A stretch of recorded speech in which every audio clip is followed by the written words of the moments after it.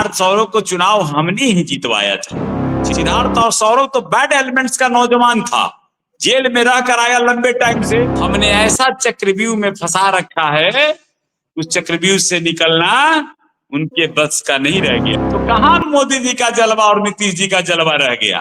अगर जलवा होता हमारे यहाँ तो हराम कृपाल जी चुनाव जीते रहते। मैं कहा जीतना मैम, जीतना और यहाँ हारना जनता का है। सिद्धार्थ सौरभ तो 12 बजे उठते हैं, आप कितने बजे उठते हैं? सिद्धार्थ सौरभ को आपने चुनाव जितवाया था, आप ये कह रहे हैं कि आपकी ताकत से वो सत्ता में आए थे। सिद्धार्थ सौरभ को चुनाव हमने ही जितवाया था। सिद्धार्थ सौरभ को कोई जानता नहीं था। सिद्धार्थ और सौरभ तो बैड एलिमेंट्स का नौजवान था, जेल में रह कर आया लंबे टाइम से। फादर उनके उत्पल कांत हम लोग से क्लोज थे, इसलिए सभी हम लोगों ने मिलकर, जब हमने चुनाव नहीं लड़ा, उसी पार्टी में हम काम करते थे लगातार, तो हमने चुनाव नहीं लड़ा।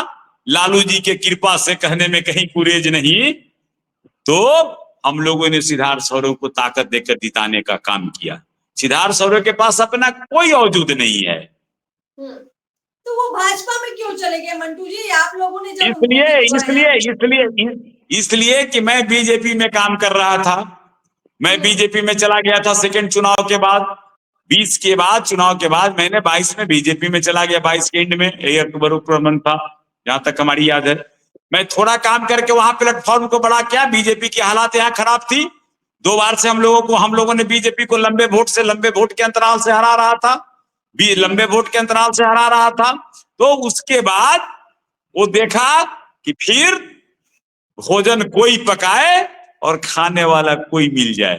लेकिन इस बार विक्रम का बेटा, विक्रम का नेता मंटू शर्मा सजग था।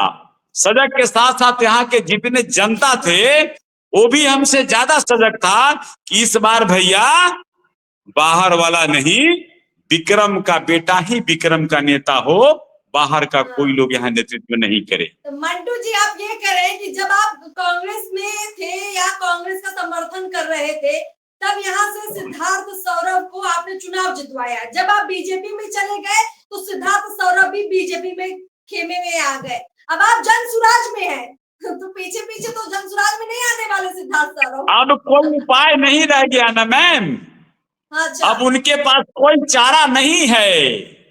मार्केट से 1.5% जो हो जाता है, कोई भी मार्केट का वैल्यू होता है। मार्केट का वैल्यू जैसे ही खत्म हो जाता है तो 1.5% है। तो 1.5% हो जाने के बाद अब दूसरा पार्टी कोई ऑप्शन ही नहीं है। वहां जाके भी अभी देखो क्या उनका हालात हो रहा है, दिन रात परेशान है। तो इसलिए हमने ऐसा चक्रव्यूह में फंसा रखा है, उस चक्रव्यूह से निकलना उनके बस का नहीं रह गया है।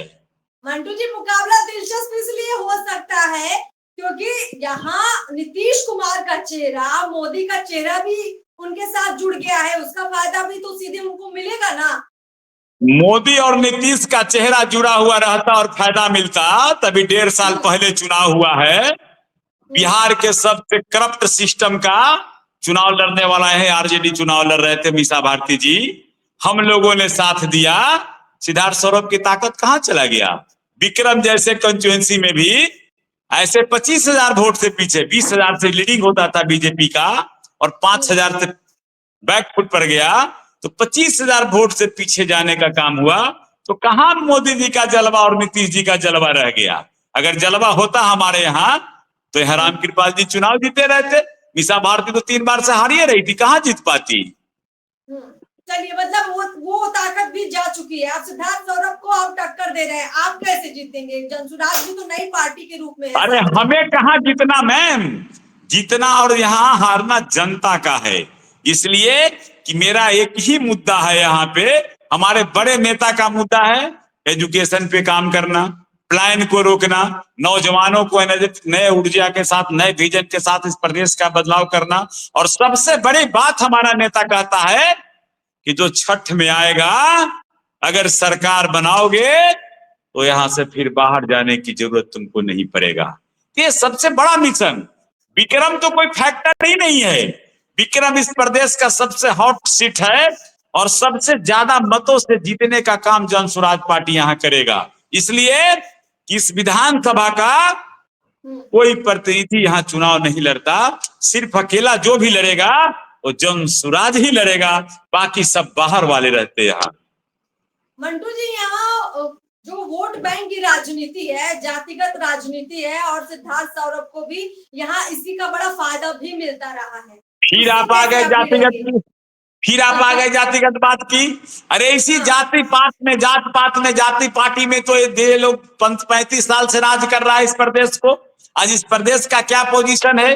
पूरे देश के हर स्टेट में सबसे पिछड़ा राज्य बिहार कहे जाने वाला, जहां से गांधी जी ने आंदोलन किया, जहां से आजादी के गुलामगिरी के समय में आंदोलन शुरू हुआ, जयप्रकाश जी ने आंदोलन किया, इतना बड़ा बड़ा नेता जिस प्रदेश में हुआ, और उस प्रदेश का हालात ये चोर चोर मौसेरा भाई दोनों ने मिलकर 35 साल इस बिहार को बर्बाद किया।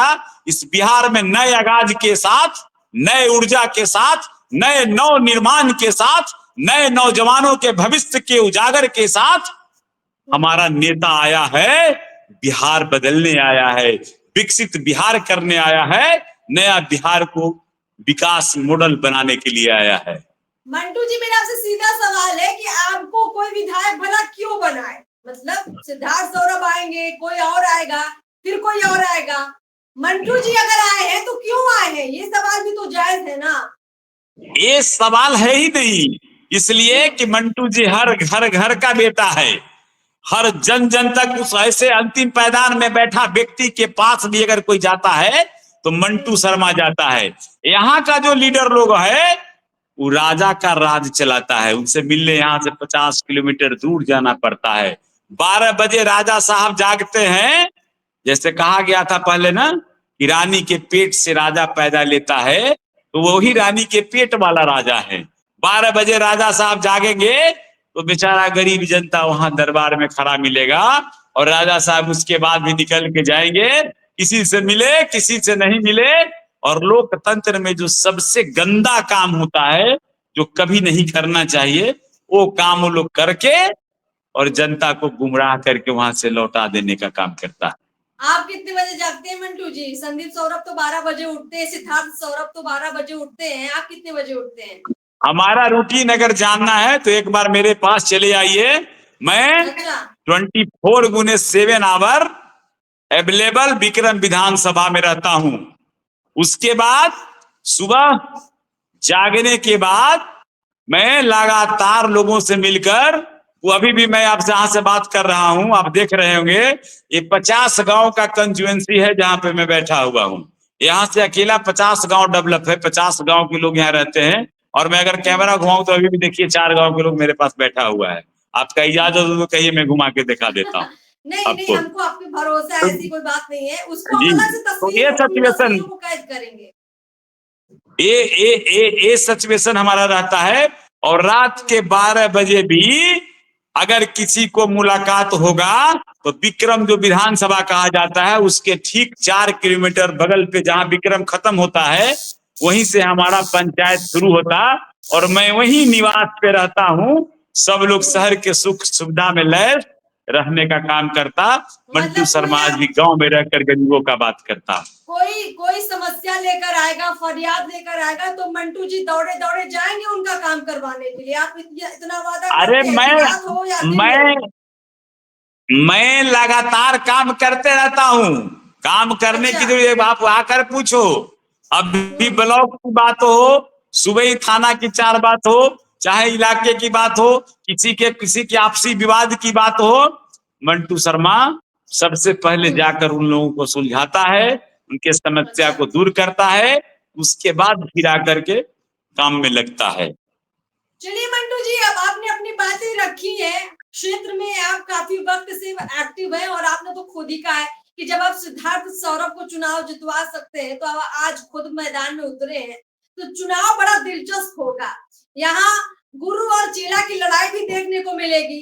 तो मंटू जी, हम क्षेत्र में जरूर आएंगे और देखेंगे कि ये मुकाबला कितना ज्यादा जमीन पर है, और इस मुकाबले में जनता किसके साथ है, पब्लिक किसके साथ है। फिलहाल आपका बहुत बहुत शुक्रिया हमारे साथ जुड़ने के लिए, बातचीत के लिए बहुत बहुत शुक्रिया आपका। आपको भी बहुत बहुत बधाई, नंदन बंदन अभिनंदन, थैंक यू।